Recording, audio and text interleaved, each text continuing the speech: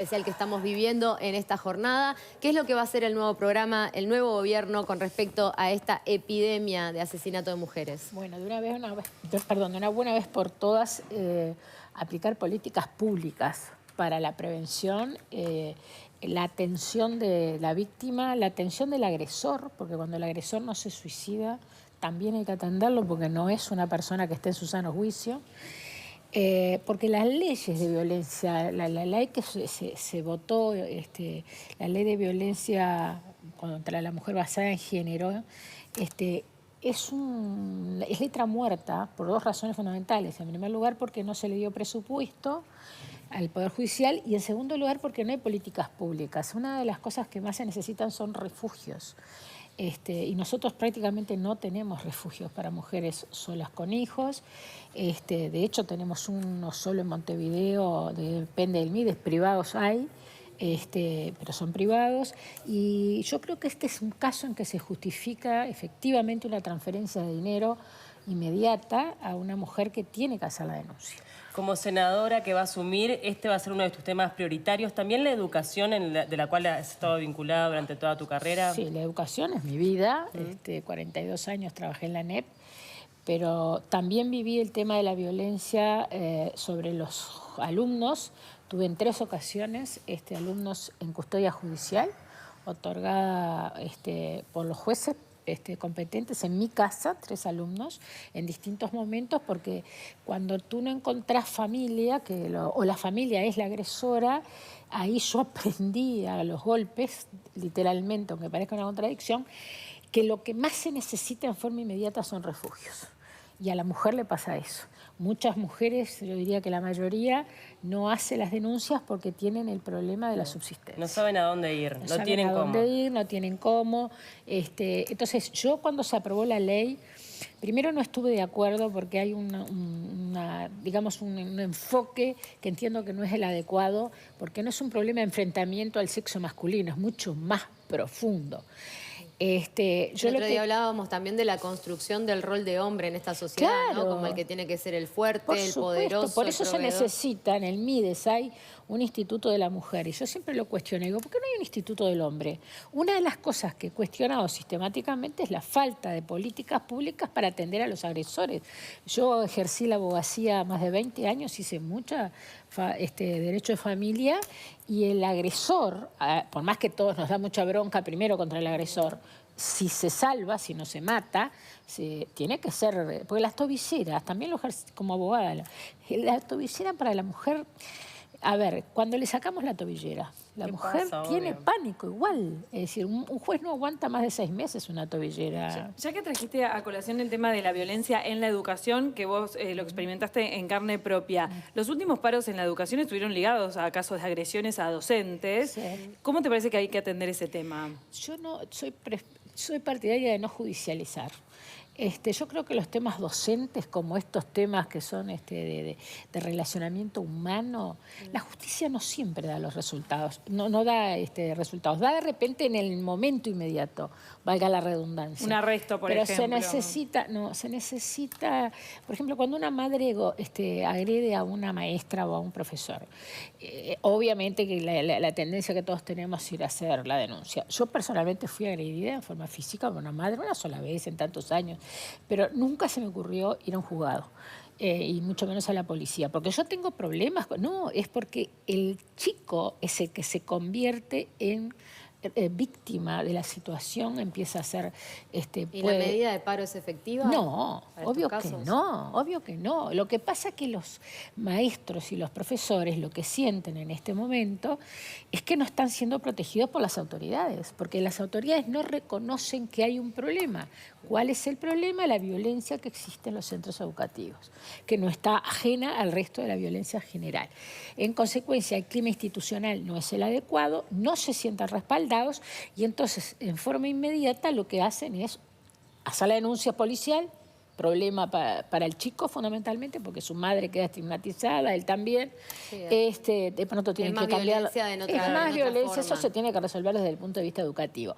Pero bueno, y los paros menos. Ahora, yo también en cierta medida no justifico, pero entiendo que reaccionen de alguna manera porque las autoridades no los respaldan. Al contrario, tratan de que eso no se sepa, que no trascienda, el chico no debe ser, yo no digo sancionado, pero el chico tiene que ser atendido, la madre tiene que ser atendida, la violencia es un problema de salud mental, en consecuencia eso es lo que tiene que ser tenido en cuenta. ¿Por qué decidiste esta vez sí asumir tu banca en el Senado y si podría llegar a caber la posibilidad de dejar esa banca por un cargo en el Ejecutivo?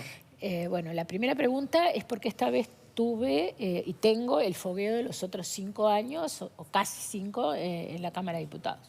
Que cuando fui electa en el 2014 no tenía experiencia. Yo tenía experiencia como secretaria de Germán Araujo, después de la bancada de Democracia Avanzada, pero no como legisladora. ¿Te parecía necesario pasar por la Cámara Baja primero? Sí, pero yo no lo llamo ni Cámara Baja ni Cámara Alta. A mí me gusta la Cámara de Diputados. Si se quiere, si me dicen elijo la Cámara de Diputados. Pero irónicamente ahora, como quedaste posicionada en el Senado, te puede tocar tomar las riendas del país en alguna ausencia temporal. Bueno, es una anécdota eso. Será una anécdota, pero puede volverse realidad, puede pasar. ¿Cómo te ves en un rol así? Eso, yo ahora, culminando la pregunta, tenía otra razón, si me permiten, que a veces no me entendían, que era que yo no conocía el Partido Nacional, porque recién me incorporé en el 2013.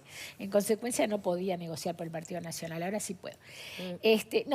Cuando se asume la vicepresidencia, que puede ser que eso se haga más frecuente, o la presidencia de la República por vacancia temporal, es un tema protocolar, es un tema formal.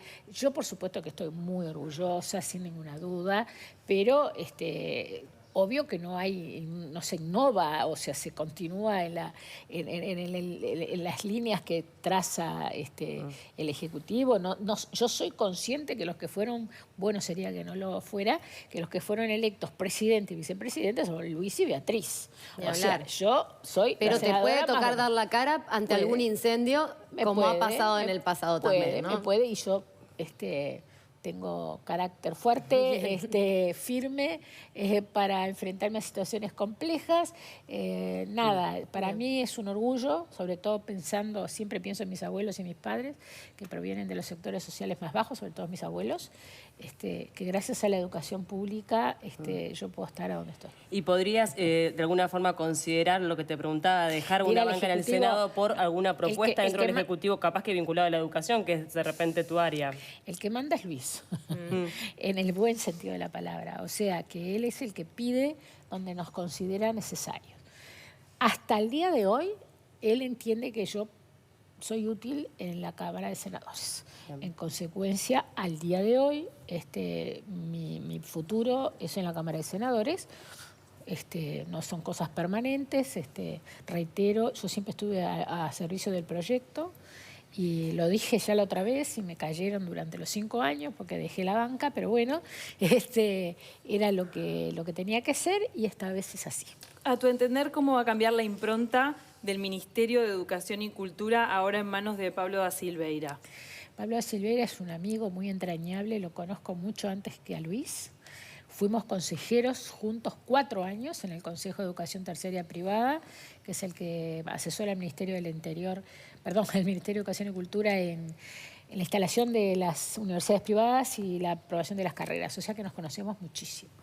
Él iba por las privadas, yo iba por la ANEP. Él es una persona con las ideas muy claras. Lo primero que va a querer hacer, no tengo ninguna duda, es poner la casa en orden. Tratar de volver a la institucionalidad, lo que la institucionalidad tiene que tener, que va a terminar evitando, entre otras cosas, que se peguen entre los chicos y parece que no tiene nada que ver, tiene mucho que ver, porque la gente tiene que entender que un centro educativo es un centro cultural, es un lugar donde se aprende. Y por supuesto, además, vamos a hacer, y él, en definitiva, tiene clarísimo por su formación, y su experiencia, que se necesitan hacer cambios estructurales en la educación pública. A su vez se integra a Robert Silva también, sí, el ex candidato a vicepresidente por el Partido Colorado. Con esto se está dando un pasito hacia atrás con esto de la representación docente en el CODICEN, porque estamos de acuerdo que Robert Silva tenía un planteo diferente al del Partido Nacional. Sí, a Robert también somos muy amigos, claro, de la educación toda la vida, sí, nos conocemos todos, él fue secretario general, fue consejero ahora. A ver, cuando se forma una coalición hay que negociar Y cuando uno negocia, tiene que dejar cosas por el camino. ¿Esta fue una? Bueno, en principio es un matiz, porque no sé todavía lo que viene en la ley de urgente consideración. No sé si no se entiende lo que ha dicho Luis Lacalle Pou, que en realidad recién él tiene conocimiento de la redacción, porque es el programa que está plasmado ahí. Supongo yo que vamos a tener instancias con sus legisladores, pero primero tiene que discutirlo con la coalición y ahí veremos exactamente cuál fue el matiz que se buscó para mejorar la situación. Lo que no pueden tener, y yo en eso estoy absolutamente segura que Robert piensa lo mismo que yo, porque lo hemos hablado 1000 veces, es la representación sindical. Es otra cosa diferente. Nosotros cuando pensamos en los docentes, pensamos en todos los docentes. Porque recién te escuchamos decir que cuando una madre agrede a un docente, a una maestra, las autoridades no lo respaldan. No. Si se elimina esa representación del CODICEN, ¿no se empeora esta situación de no tener en cuenta la voz de los docentes? No, porque al revés. El problema es que tenemos un tema político dentro de la educación, es un campo de batalla. Y fundamentalmente uno de los que más ha instalado el campo de batalla, por eso yo me fui sobre todo por eso, del Frente Amplio, porque tuve los cargos de confianza del 2005 al 2010 y los vi actuar, es el partido de gobierno tiene un sector muy radical, que es el que domina la mayor parte, casi el 80% del partido de gobierno es radical, y en consecuencia es el que domina la educación. Podría no hacerlo, pero es lo que pasa. Y los sindicatos son de los mismos sectores. Entonces ahí se produce una unión, de hecho, en la que muchos docentes no están de acuerdo. Más del 80% de los docentes de la educación media, cuando digo media digo UTU y secundaria, no están sindicalizados. Entonces están como en el medio de una situación conflictiva en la que ellos no son parte. Y enfrentarse a un sindicato, o enfrentarse a un profesor que está afiliado al sindicato, o enfrentarse... Pero ¿y cómo se puede organizar la representatividad de esas personas que no están organizadas centralizadas en un sindicato? Está la asociación, las asambleas técnico-docentes. Las asambleas técnico-docentes son un fenómeno de esos que tiene el Uruguay, que nos hacen líderes en el mundo. Las tenemos desde la década del 40, con modificaciones de rango legal. Funcionan institucionalmente, emiten opiniones, hacen documentos, se reúnen con mucha frecuencia, son técnicamente personas que se han formado y agrupadas. Y los docentes participan a través de representación en forma directa en cada liceo. Allí sí están representados todos. Claro, ahí están todos los docentes. Porque en un momento, hace poco, declaraste que sentías que los docentes estaban siendo presionados para votar al Frente Amplio en esta sí, por supuesto. Miren, elección. Casi llego tarde porque no doy abasto. Con el tema de ahora, después que quedó claro, todo el mundo tenía claro cuál era mi posición, pero en la medida en que se produjo el resultado electoral que se produjo, ya desde octubre, las denuncias que tengo son impresionantes, cosas que yo ya sabía porque yo lo sufrí. ¿Cuáles son las más graves? Y bueno, a veces hay gente que es más realista que el rey. Por ejemplo, hay direcciones que de pronto nadie les dice que presionen a los profesores, pero para quedar bien con el poder, lo hacen. Eso es bastante frecuente. Algunos dirigentes sindicales que, sobre todo en Montevideo, que son más radicales que en el interior, pero también pasa en el interior, quieren imponer su posición. Entre los gremios docentes también se habló de una paralización general en cuanto asumiera Lacalle Pou, con la cercanía que tenés con este ámbito. ¿Qué puedes decir al respecto? No va a pasar eso porque yo confío en los docentes. Primero confío en el sindicato. Yo fui una de las fundadoras de FENAPES en la dictadura. Después me desafilié en el 2000 cuando se fueron radicalizando, pero yo confío en que hay sectores sindicales que son más moderados, que efectivamente cuando vean que el gobierno va a negociar, se van a sentar a negociar, que van a tener la presión, entre comillas, lo voy a poner, de sus propios docentes, que estén afiliados o no, en el sentido de decir, bueno, vamos a sentarnos a negociar. ¿Por qué tenemos que ir a la confrontación? No va a pasar, estoy segura. No, es cómo se enfrenten en el sentido correcto de la palabra, en el sentido, digamos... ¿Cómo se posiciona? Exacto. Claro. Además, Robert tiene una característica muy importante. Robert Silva es una persona sumamente conciliadora, sumamente lo demostró tranquila. en el Codicen, ¿no? También integrando a docentes de todos los partidos. Exactamente. Y se bancó mucha cosa en el Codicen, con mucha dignidad. Entonces va a ser un factor, no sé quiénes van a ser los demás integrantes, pero va a ser un factor de negociación. Los docentes no sindicalizados lo respaldan mucho. Siguiendo el tema de la educación, ayer se dieron a conocer los resultados de las pruebas PISA, lo que dejó de manifiesto cierta inequidad en algunos sectores de la sociedad. ¿Qué se debería hacer de aquí al futuro para acortar esa brecha? Bueno, lo primero que hacer es cambiar las autoridades de la educación. Estoy aburrida de repetirlo públicamente en la Cámara. Se lo dije a la señora ministro en la interpelación el 12 de octubre del 2016. Hay otra vez es un campo político de agresión. Bueno, eso va a suceder. Eso va a suceder. ¿no? No lo va a dar. Ahora, sacado los sectores radicales que no quieren cambios, porque ese es el problema. La persona de Neto, que es una anécdota, está asegurando que no haya cambios en la educación. Eso es una de las más graves cosas que nos deja de herencia el Frente Amplio, y yo personalmente, que fui fundadora, no se lo voy a perdonar nunca a las autoridades Frente Amplistas en este sentido. Jamás en el Uruguay el lugar donde nacía un niño determinaba su futuro. Es cierto que es más fácil si sos rico, obviamente, que si sos pobre. Pero la educación pública de calidad aseguró siempre, desde principios del siglo, por eso yo agradezco la educación pública. Mis abuelos eran jardineros y mis abuelas eran empleadas domésticas, analfabetos en idioma italiano. Mis padres fueron al Bausá. O sea que teniendo como valor la educación, para todos había las mismas posibilidades. Nosotros ahora gastamos muchos miles de millones de dólares y es una inequidad brutal de resultados. Hay muchos factores, es multicausal, pero lo fundamental es el mal funcionamiento académico de primaria. Primaria tiene un muy buen funcionamiento institucional, los vemos más ordenaditos que la media, pero el funcionamiento académico no es bueno. En consecuencia, saben, sin aprender a leer, sin aprender a escribir, sin comprender un texto básico de idioma español, sin tener conocimientos básicos de matemática.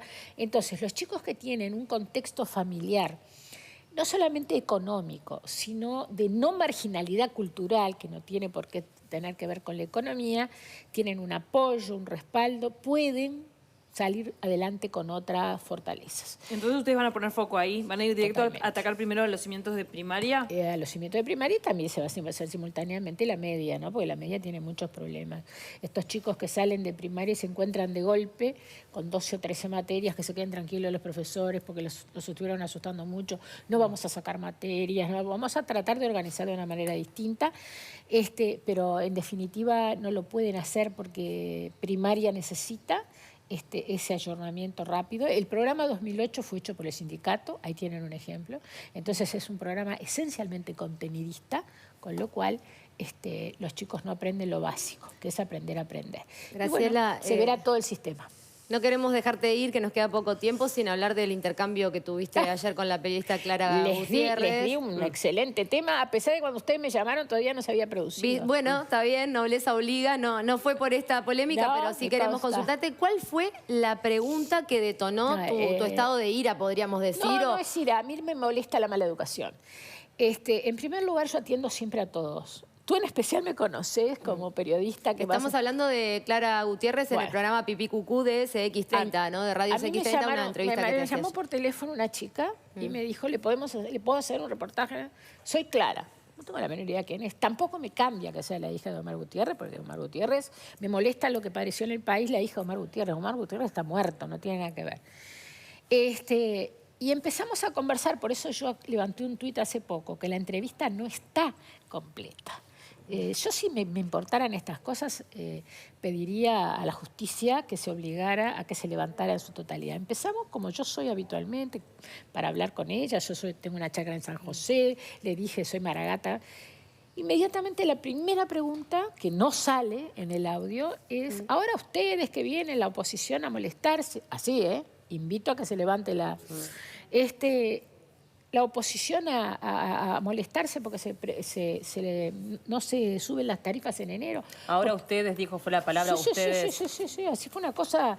A ver, te estoy repitiendo de memoria, pero eso fue un enfrentamiento militante que se entiende. ¿Qué es lo que ella fue el tono, fue qué es el contenido de la pregunta en sí lo que te hace tildarla de periodista militante? No, es que fue así, porque ustedes tendrían que haber prestado atención a las declaraciones, te termino la frase, más o menos. Tendrían que haber prestado, eso sí no me olvido, me quedó grabado, tendrían que haber prestado atención a las declaraciones del ministro en julio, cuando se dijo que no que no se iban a aumentar las tarifas. Entonces, la forma y el contenido fue de una periodista militante y continuó con esas características. Ahora, me gustaría que se conociera la... A ver, yo voy a terminar, esto es una anécdota, porque además continuó de una manera... y lo editó más, porque en el medio hubo otra conversación que no aparece. O sea, que no fue una pregunta referida a la ley de urgente consideración. No, eso vino después. Porque eso es lo que parecería ser el detonante. O sea, lo que te molestó a ti es que ella, al momento de preguntar, se refiriera como ustedes, como si fuera... ¿Eso fue lo que detonó? No, a mí no me detona nada. A mí cuando yo soy así, si las cosas me molestan, lo digo. Y el periodismo militante me molesta. Y sobre todo si es con mala educación. Porque yo lo que en determinado... Eso sí creo que aparece en lo que ella editó, porque además si ustedes le prestan atención, hay un momento que se nota que falta en el medio, además, otra cosa. A veces se hace las ediciones por un tema de achicar el contenido y no exprofeso para direccionar. Yo no soy ingenua. Por eso te preguntamos cuál fue la pregunta. Programa que se hace desde un estudio por internet y me parece bárbaro. Yo voy siempre a todos esos lugares de recorrido. Pero fue de una falta total de educación y a mí eso me molesta sobremanera. Y reitero, para mí el mejor periodista es no el que no tiene opinión, sino el que no se nota quién vota. Después se También hablaste del título, ahí deslizaste otro tema con el tema de la lo que pasa, sí, porque yo considero que hay muchos periodistas que no tienen título y son excelentes y a mí me gustan mucho los periodistas, pero si sos periodista y no tenés título, formate por lo menos viendo a los maestros. Esto no fue una entrevista periodística, fue una chicana política. En determinado momento, además digo, si querés seguir haciendo campaña política, andá al comité de base.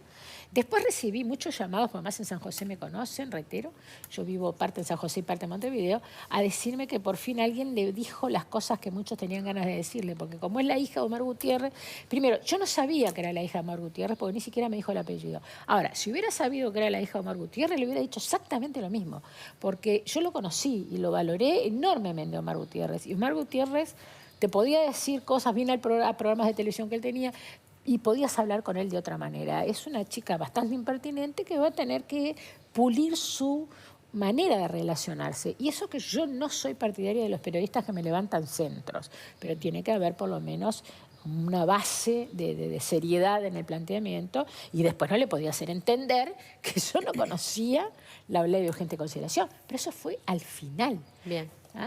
Graciela Bianchi, ha sido un placer tenerte aquí. Bueno, mucha suerte en la próxima legislatura y en el caso de que te toque ocupar la vicepresidencia o la presidencia, lo mismo para todos los uruguayos, no ni hablar. Muchísimas gracias. Gracias por haber estado con nosotras. Gracias. Nos vamos a exteriores. Tenemos una buena noticia.